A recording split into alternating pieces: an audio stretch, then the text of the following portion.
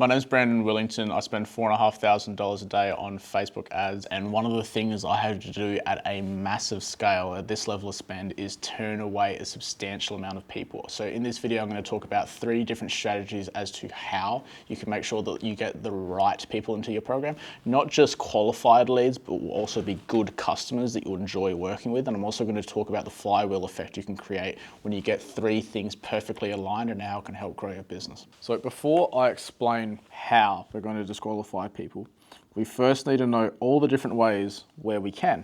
So if you've been following us for any amount of time, you know that if you want to grow online as a service-based business with paid advertising, there's just 3 things you need. You need clicks from the right people, you need landing pages that convert them into a qualified lead, and you need sales processes that can actually close the right people. So firstly, let's talk about clicks. Now, there's a couple of different strategies you can use to reduce the number of people coming through. Now, firstly, I will use With You as an example. So With You is for service-based business owners. However, when we do targeting on Facebook, it's going to simply target business owners. Now, within this pie chart of business owners, there's certainly a segment which are service-based business owners. There's another segment which is e-commerce dropshipping dorks with no social skills, and that's why they started an e-commerce business. There's hospitality businesses, so like restaurants and bars. There's like apps and software as a service. However, I only want this service-based business owner segment right here. So what are some things that I can do in my ads to reduce the number of e-commerce people that click, the number of hospitality people that click, and the number of like apps or software as a service leads that click? Well, what I can do is, firstly, I could just explicitly say service-based business owners. However, if I wanted to get a bit more clever about it, what we can do is talk about problems and motivators that specifically only service-based business owners have. We can also use language, but let's talk about motivators first. So if we got a service-based business owner and we did their towards and away from motivators, things they're moving towards are quantity leads, quality leads, sales and revenue. And if we look at their away from motivators, they're looking at like no leads, relying on word of mouth, poor quality leads, no sales. So this is the service biz owner, right?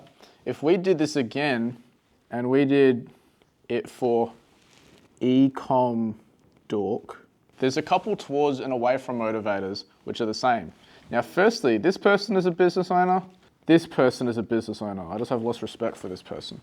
This person also wants sales and revenue, and they also don't want no sales. So if I just talk about in the ad sales or no sales, it's the same as the service-based business owner. This person doesn't want no sales, and they also want more sales and revenue. So what we need to do is we need to talk about motivators which are specific to the service-based business owner.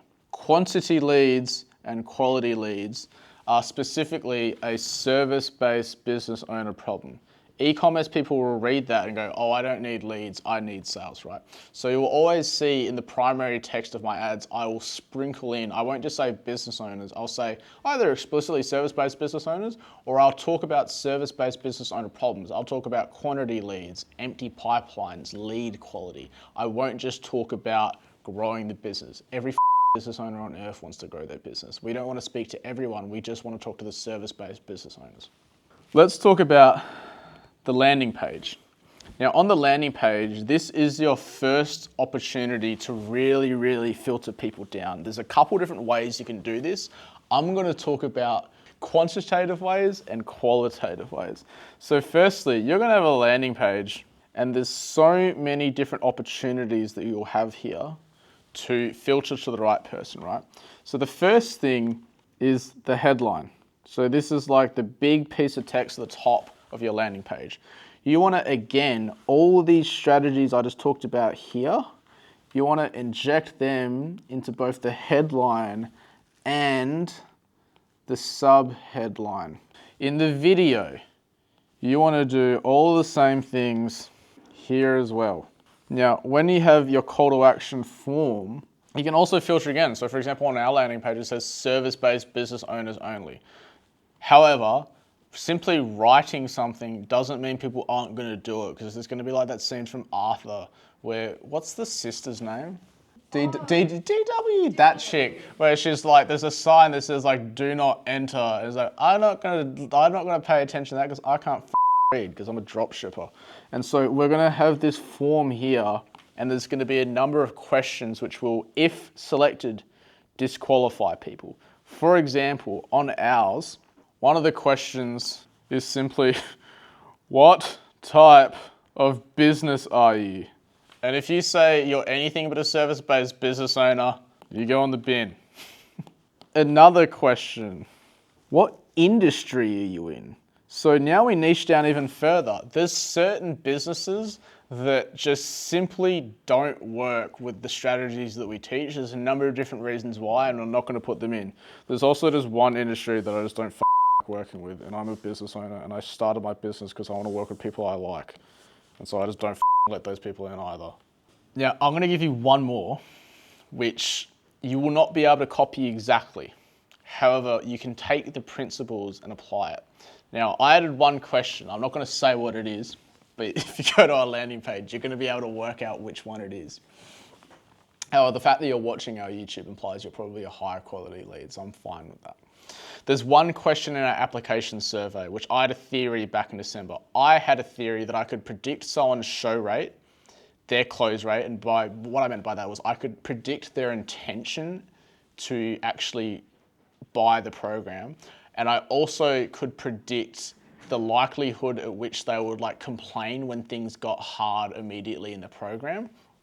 And so there's one question in the survey. If you select the first two options, it will basically be a green flag. The questions were like variations of like how, like I'll just tell you. It's which best describes your approach to learning and implementing new things for the business. The first two options were variations of, or are variations of, I know that like, I like having a plan, but I know adjustments will need to be made along the way. And the bottom two variations were variations of, I'm gonna complain if this doesn't work immediately and I'll get really, really frustrated. For 3 months, so a full financial quarter, I measured the show rate, the close rate, and also just the like general vibe of them as they came into the program.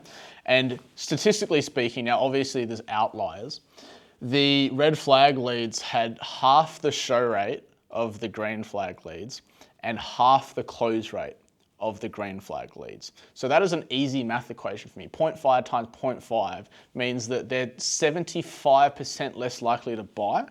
And then in the program itself, I've only processed 4 refunds for With You in total out of like 650 people that have come through. I've offered 3, and half of them, no, 3 out of 4 were all red flag leads because they selected a statement which implied like, hey, if this doesn't work immediately, I'm going to get frustrated. It's probably like, to be clear as well, like Chase Melbourne and like Chris Melbourne are like the reasons people comment on our ads saying like the results are a lie because they got such outrageous results so quickly, and they're not just the only 2 examples. I just think of them because they both had the same first initial and the same last name.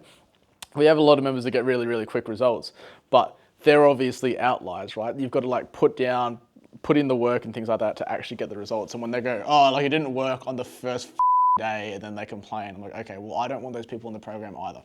Now, we have one-star Google review, and it's from again, another e-commerce drop shipping dog. It's always the drop shippers. I don't have any social skills and I can't talk to people, so I'm going to become a drop shipper so I don't need to speak to anyone. You're a nerd and you're a coward and you're a dork.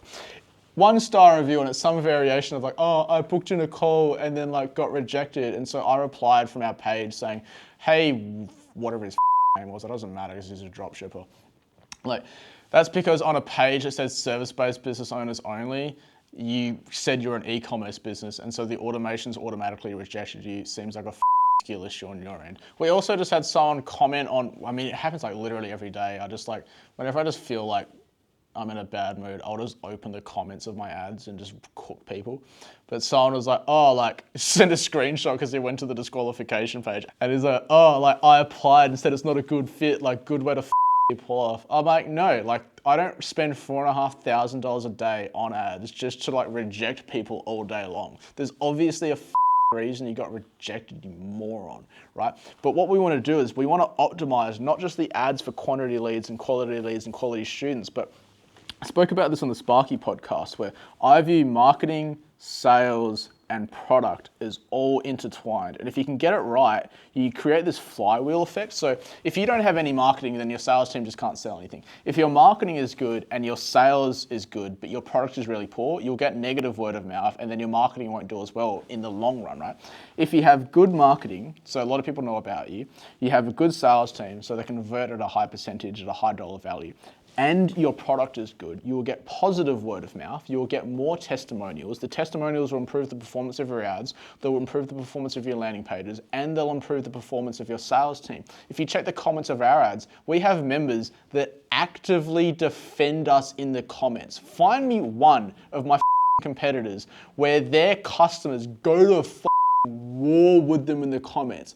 Find one and let me know in the comments. But we have like Adriano and like Martin. All right, so to be clear about Martin as well. So Martin's actually one of the 4 people that I refunded. He had done everything that I actually asked him to do, and it still wasn't working for him. We now actually just don't let people from his industry into the program anymore because like we just tried everything with Martin and his industry is an outlier. Martin, I emailed him privately and I said, hey Martin, you've done literally everything I've asked you to do and you've been really, really positive about this entire experience and it hasn't worked for you. I don't feel like I've held up my end of the bargain. Do you just want your money back? And I offered him a refund and actually let him stay in the program just to see if he wanted to keep getting results. And we talk all the time. Martin's argued with like 4 or 5 different people. He's also not from his own industry, but he actually still actively refers people to us. I think he's referred like 4 or 5 people to Tim and said to them transparently, hey, like it didn't work for me in my industry, but these guys actually like really know their stuff and they're honest and they're genuine. Find me any of my competitors that can do that. Most of my competitors have the worst word of mouth about them ever. So if you can get this link between marketing, sales, and product correct, then you create this flywheel effect where like your product gets really good, so you get really good testimonials, so your marketing gets better, so your sales team gets better, right?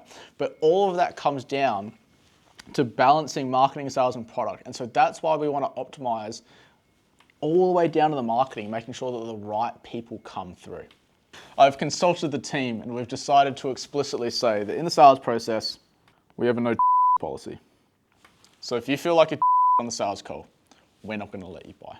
Happens not often, but it will happen. So if you just come into the call, because the way that you do something is the way you do everything, right? And so this is actually very similar to hiring employees, right? So the way they are on the interview is going to be like their best behavior. And so what you want to do in the sales process is it's not like you enroll someone, they're a on the call and then they get into the program and they put in their good boy shoes and then they're just really great, right? Like if they're late to the call, if they constantly reschedule, if despite 5 different nurture sequences saying it is a Zoom call and you're like, oh, I thought it was a phone call. So, okay, so you can't follow basic instructions. How do you think you're going to go on a program where we try and get you to set up conversion tracking, right? And so what we want to do in the sales process as well is simply filter, right? Now it happens maybe 1 out of 20 times where we will just find an excuse to just like send you somewhere else or something like that. But you can use this for your own business as well. You can probably think of 1 or 2 clients that after you sold to them, you're like, wish I didn't do that.